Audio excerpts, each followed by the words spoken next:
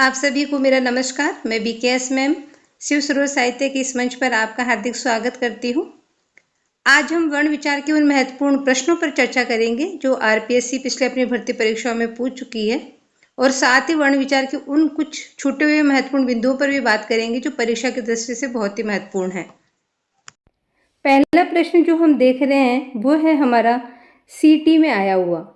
अब तक हमने वर्ण विचार की जो भी वीडियो देखे हैं उसमें हमने देखा कि मूल स्वर कितने हैं, दीर्घ स्वर क्या है, अल्पप्राण क्या है, अघोष है, ये सब हम पढ़ चुके हैं। तो इसको हम देखें तो मूल स्वर हमारे कौन से? मूल स्वर हैं हमारे ए, ई, ओ, री। दीर्घ स्वर हमारे कौन से हैं ये हम वीडियो में बात कर चुके हैं, आ, ई, उ और आई। इसके बाद देखें हम अल्पप्राण व्यंजन। अल्पप्राण व्यंजन हमने देखे थे कौन से हैं, वो अंतस्थ हैं। अंतस्थ और स्वर हमारे अल्पप्राण है, तो ये हमारे येरलेवे अल्पप्राण है। और अघोष व्यंजनों में हमने बात की थी क्या, पहला और दूसरा हर वर्ग का। तो यहाँ ख दूसरा है, क वर्ग का, छ दूसरा है, फे दूसरा है। और हमने देखा था ऊष्म व्यंजन भी किस में आते हैं हमारे, ऊष्म व्यंजन हमारे अघोष में आते हैं।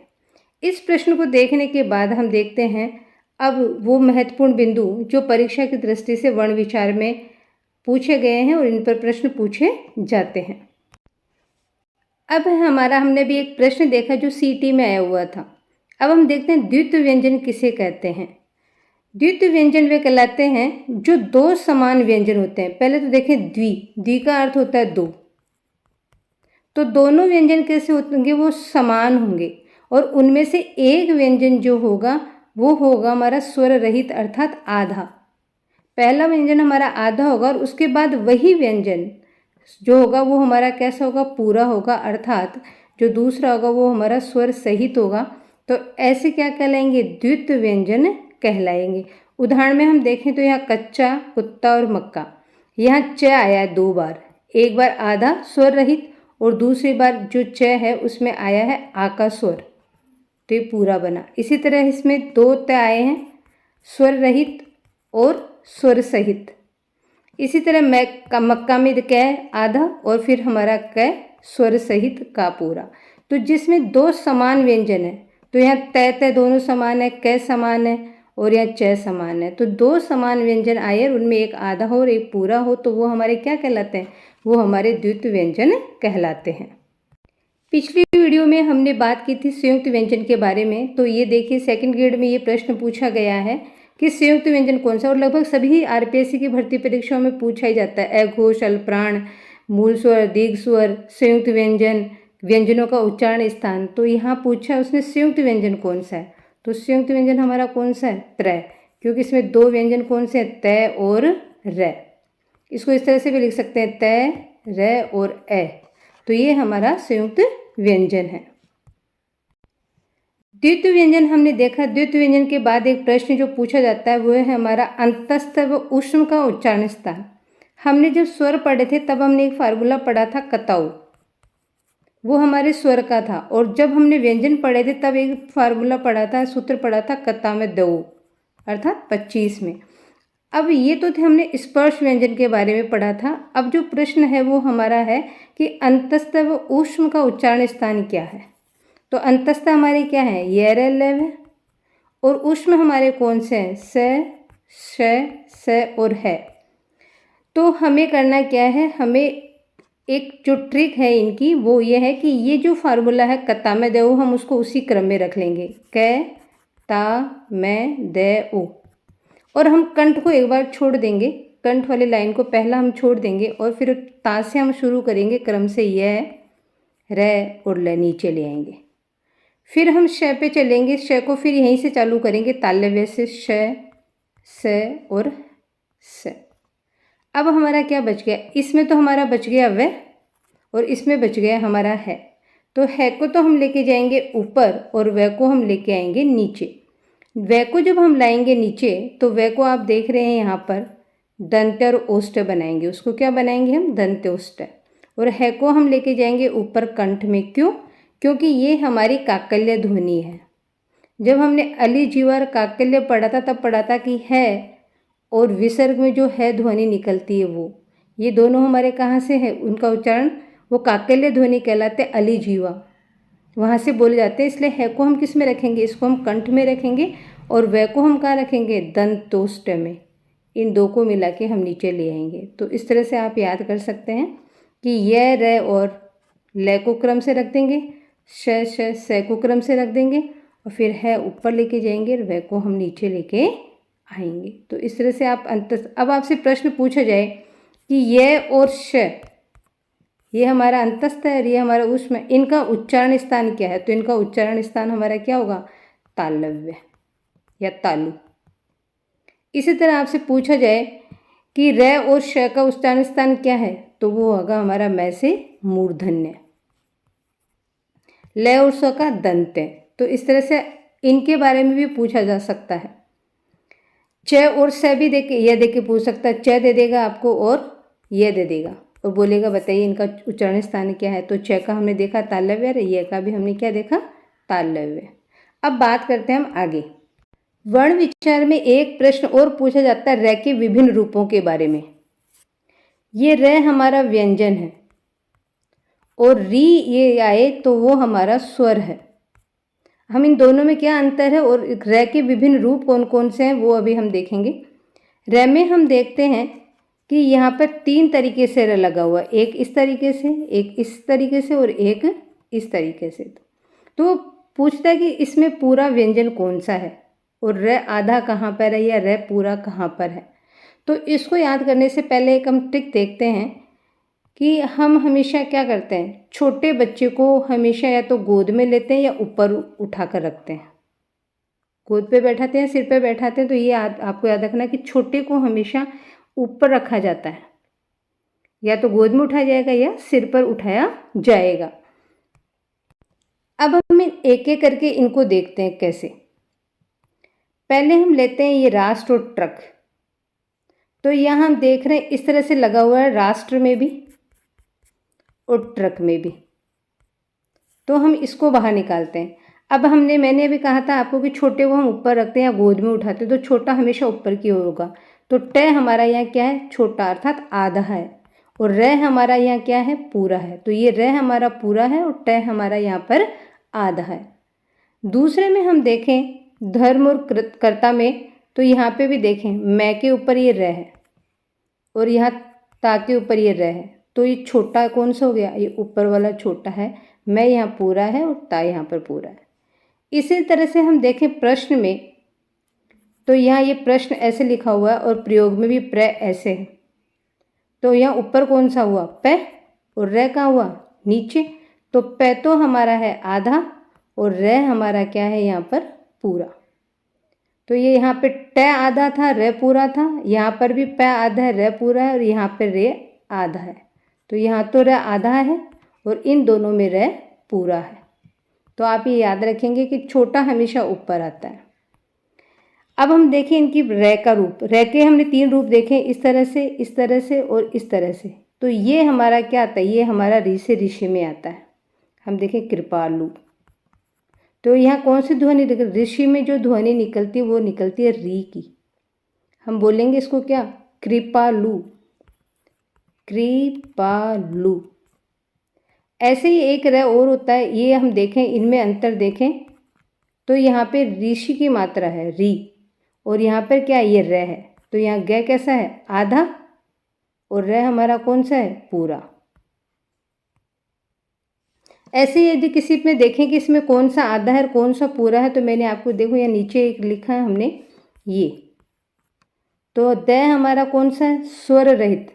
आधा का मतलब ही क्या है, स्वर रहित। और ध हमारा यहाँ क्या है, पूरा स्वर सहित, अर्थात इसमें ए है और इसमें ए नहीं है। तो ये र से संबंधित प्रश्न पूछे जाते हैं कि इनमें कौन सा स्वर रहित है और कौन सा स्वर सहित है। तो ये आप याद रखेंगे कि जो ऊपर होगा वो छोटा है, और जो छोटा है वो हमारा स्वर रहित है, और जो नीचे है वो हमारा कैसा है, स्वर सहित है। अभी हमने ये प्रश्न देखा कि ये 2nd ग्रेड में पूछा गया है कि इनसे संयुक्त व्यंजन कौन सा है, हमारा त्र। कई बार इनसे ये पूछ लेता है कि ये संयुक्त व्यंजन किन किन व्यंजनों से बना है, तो हमें ये भी विशेष रूप से ध्यान रखना है। देखते हैं कैसे।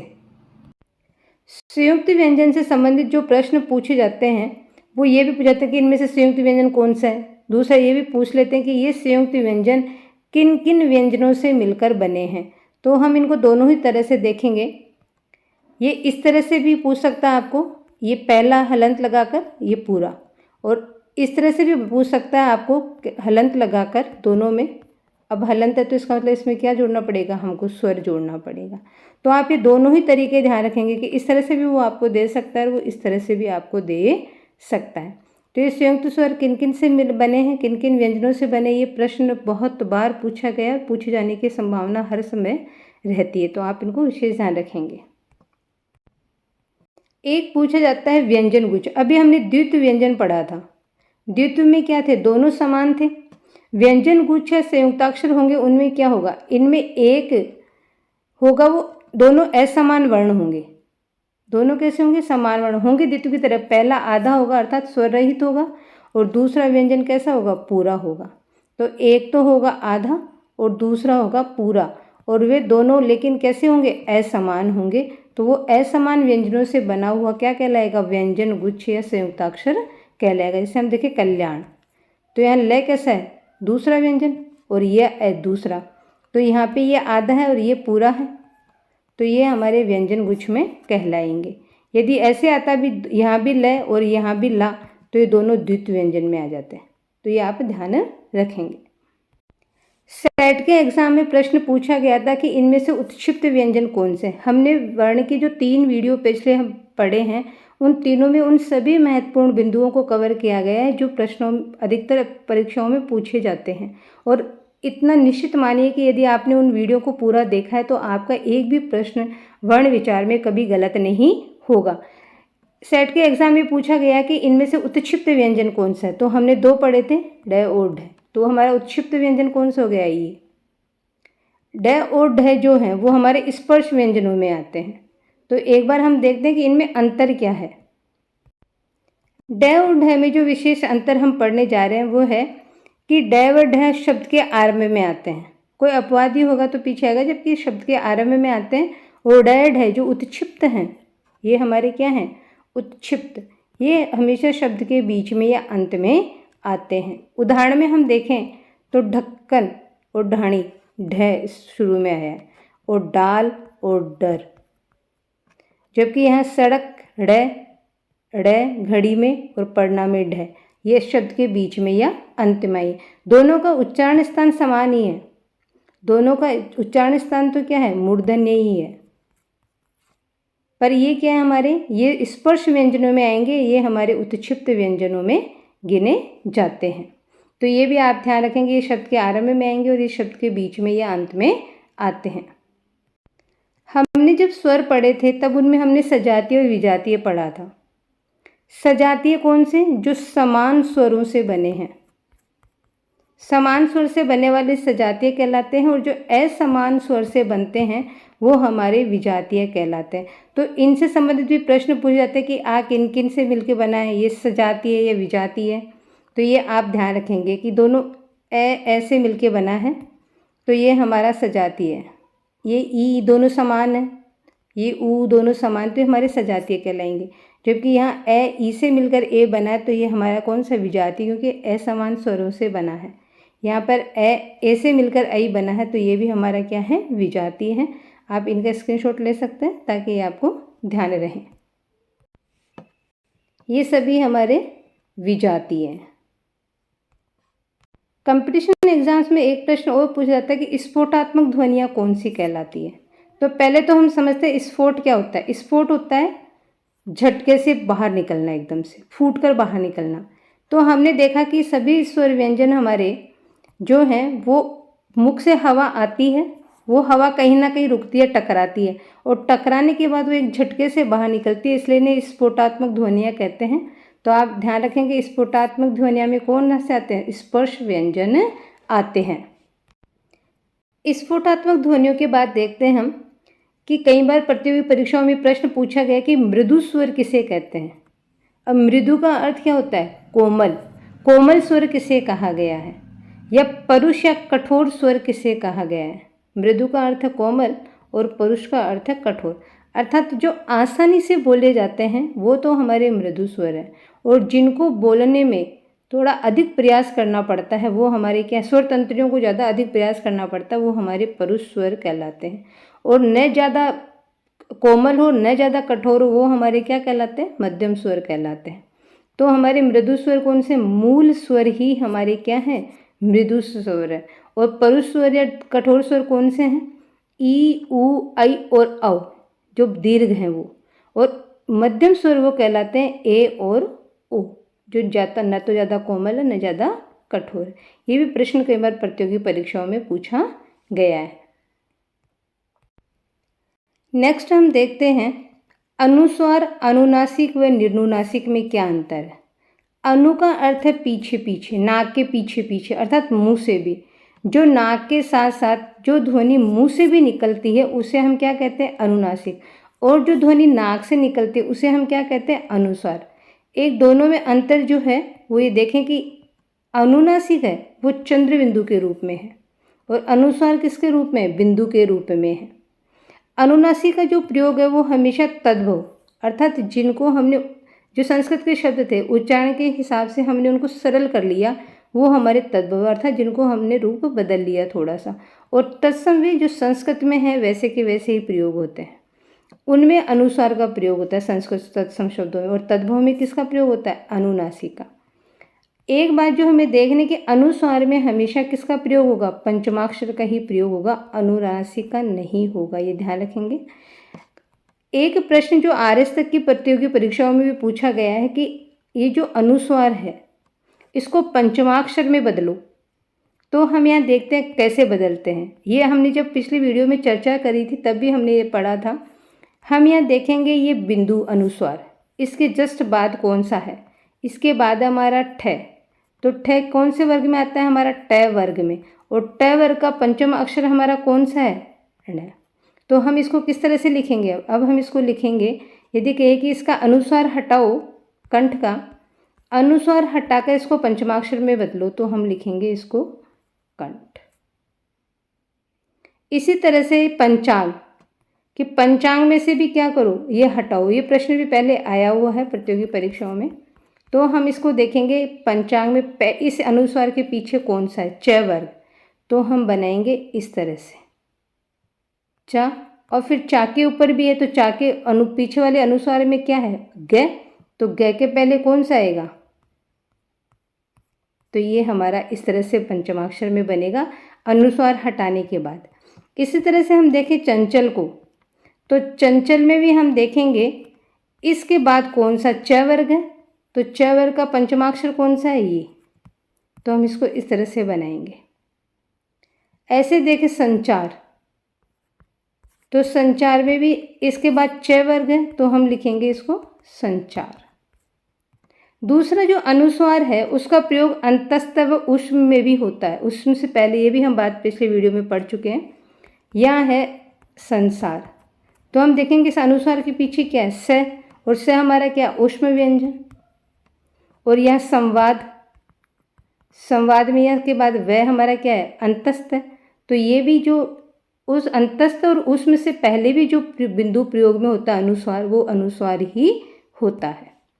तो हमने देखा कि अनुनासिक की ध्वनि है वो कहाँ से, नाक और मुख दोनों से निकलती है। अनुस्वार की नाक से निकलती है। और निर्नुनासिक वो स्वर होते हैं जिनकी ध्वनि मुख से निकलती है। और निर्नुनासिक में सभी स्वर अकाउंट होते हैं, गिने जाते हैं। क्यों, क्योंकि स्वरों की ही आपने पढ़ा कि स्वरों का क्या होता है, स्वतंत्र उच्चारण होता है, कहीं नहीं रुकता है। तो इसी कारण मुख से ध्वनि निकलने के कारण ये सभी स्वर क्या कहलाते हैं, निर्नानुसिक कहलाते हैं। एक प्रश्न जो थर्ड ग्रेड में भी पूछा गया है और हम पिछले वीडियो में हम पढ़ चुके हैं, थर्ड ग्रेड में जो प्रश्न पूछा कि पार्श्विक व्यंजन कौन सा है। पार्श्विक व्यंजन हमने देखा था ल है। अब मैंने कहा था कि पार्श्व का अर्थ क्या है, बगल में। तो एक इधर बगल, एक इधर बगल। तो जो बगल में से जहाँ से हवा निकलती है, तो ये हमारी जीभ है और इसके जीभ के बगल में से हवा निकलती है, तो वो हमारा कौन सा ल। अब ल को कई जगह लोग ऐसे लिखते हैं, तो हम इसी से इसको समझते हैं कि बगल में से हवा इधर से भी निकल देगी, इधर से भी निकलेगी। और हमने र पढ़ा था क्या, लुंठित। तो उसमें लुंठित का हमने पढ़ा था लुढ़कना। तो एक ट्रिक से हम याद कर सकते हैं कि र है वो लुढ़क गया यहाँ पे, इधर लुढ़क के फिर इधर आया, इधर लुढ़का और फिर इधर से आ गया। तो आपको याद, आप कन्फ्यूजन में नहीं होंगे कि लुंठित कौन सा है और पार्श्विक कौन सा है। तो पार्श्विक में कौन सा ल, तो बगल में से हवा निकलेगी, और उसमें लुंठित में कौन सा है, र, जो इस तरह से लुढ़कता है। तो हमने देखा कि ये प्रश्न यहाँ थर्ड ग्रेड में पूछा गया, पार्श्विक व्यंजन कौन सा है, ल। अब हम देखते हैं वर्णों की संख्या से संबंधित प्रश्न जो कि प्रतियोगी परीक्षाओं में पूछे गए हैं। पहला है हमारा कि कुल स्वर कितने होते हैं, कई बार पूछा गया है 11। यदि अलग अलग पूछ ले कि मूल स्वर कितने हैं तब तो 4, और दीर्घ स्वर कितने हैं तब 7, और यदि पूछो कुल स्वर कितने हैं तो 11। दूसरा प्रश्न जो है कि कुल व्यंजन कितने हैं, तो व्यंजन हमारे कितने हैं, 33। तीसरा प्रश्न जो पूछे स्वर और व्यंजनों की संख्या कितनी है, तो वो है 44, और मूल स्वर व्यंजनों की संख्या भी पूछे तब भी वो हमारी क्या है, 44। संयुक्त व्यंजनों की संख्या कितनी है, 4, जो अभी हमने ऊपर देखे। संयुक्त व्यंजनों की संख्या समेत स्वर व्यंजनों की संख्या कितनी है, तो वो होगी हमारी 48, क्योंकि 44 तो हमारी मूल है और 4 इनमें जोड़ देंगे तो हमारे कितने होंगे, 48। अयोगवाह व्यंजनों की संख्या कितनी है, 2। कौन कौन से हमारे, अंग और अह। इसके बाद उत्क्षिप्त व्यंजनों की संख्या कितनी है, उत्क्षिप्त व्यंजनों की संख्या है हमारे यहाँ 2, जो अभी हमने देखे, र और ढ। तो इस तरह हमारे कितने वर्ण बने, इस तरह हमारे कुल बने 52। और 5 जो हमने आगत ध्वनियाँ भी पढ़ी थी पिछले में वीडियो में, कि वो 5 आगत ध्वनियाँ जो अरबी फारसी से ली गई है, वो हमारी 5, यदि उनको भी हम इसमें गिनते हैं तो हमारे कितने बनते हैं, कुल 56 वर्ण बनते हैं। तो जब इनसे संबंधित प्रश्न पूछे तो आप उस प्रश्न को ध्यान से पढ़िएगा कि क्या पूछ रहा है। तो आज इस तरह से हमने वर्णों का कुछ बचा हुआ भाग था वो भी पढ़ा, और पिछले परीक्षाओं में पूछे गए प्रश्नों को भी हमने देखा। दोस्तों, मेरा तो ये प्रयास है कि हमने जितने भी वर्ण विचार के वीडियो अभी तक बनाए हैं उनमें वो ही प्रश्न या महत्वपूर्ण बिंदुओं को शामिल किया गया है जो प्रतियोगी परीक्षाओं में बार बार पूछे गए या पूछे जाने की संभावनाएं रहती है। तो आपसे बस इतना ही निवेदन है कि आप वीडियो को अंत तक देखिए ताकि प्रतियोगी परीक्षाओं में आप अच्छे से उन प्रश्नों को हल कर सकें। पूरे वीडियो आप देखेंगे तो आपका कोई भी निश्चित रूप से भी प्रश्न गलत होने की संभावना नहीं होगी, इतना मेरा विश्वास है। तो वीडियो पूरा देखिए, लाइक करिए, शेयर करिए और कमेंट करिए। धन्यवाद।